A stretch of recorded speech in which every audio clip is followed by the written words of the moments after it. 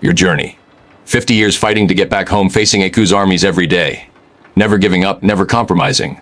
That takes discipline most people don't have. Tell me, what keeps a warrior going when everything seems hopeless?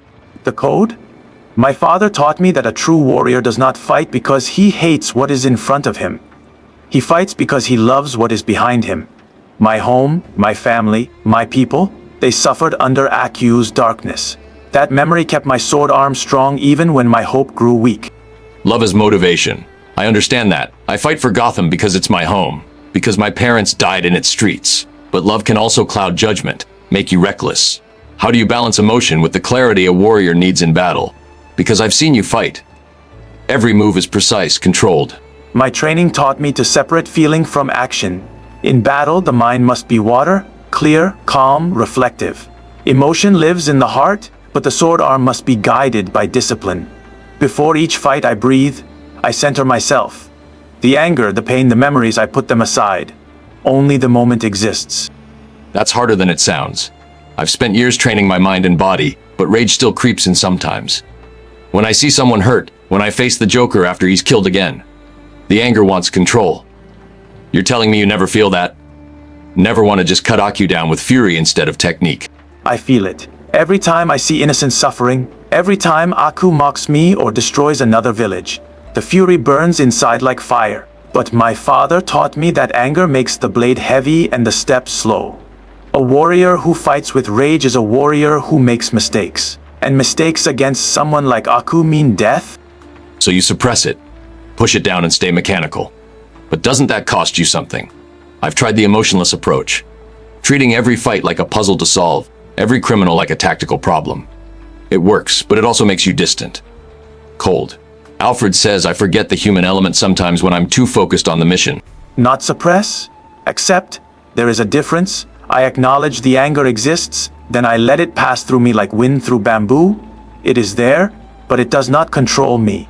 The human element, as you say, remains. I still feel compassion for those I save. I still mourn those I cannot. But in the moment of the strike, only the technique matters. Interesting distinction. Accept but don't act on it. That's close to what I do, but not quite the same. My anger is a tool sometimes. I use it to intimidate criminals, make them afraid. The rage becomes part of the weapon. You're saying that's a weakness.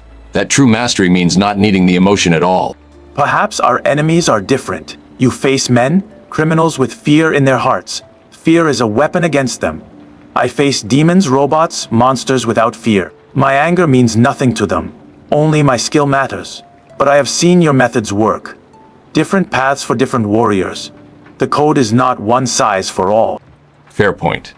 Though I wonder if relying on fear is its own trap. Criminals in Gotham call me a monster, a demon. Sometimes I worry they're right, that I've become what I fight against. Your way seems cleaner. Stay honorable, stay disciplined, never cross certain lines. Is it really that simple? Simple? No. I have been tempted many times. Aku once offered me everything, my home restored, my family alive again if I would only serve him. Another time, I could have killed him using dark magic, but it would have corrupted my soul. The warrior's code is not simple. It is the hardest path. That is why it has value. I've had similar moments. Ra's al Ghul wanted me to lead the League of Assassins. Jokers tried to prove we're the same, just on different sides. Every time I break someone's bones, I have to remember why I'm doing it. That there's a line I won't cross. But the line gets blurry sometimes when people are dying and breaking it would save them. The line is everything. Once you cross it, you become what you hunt. I have seen warriors lose themselves this way. They start by doing small wrongs for good reasons, then larger wrongs.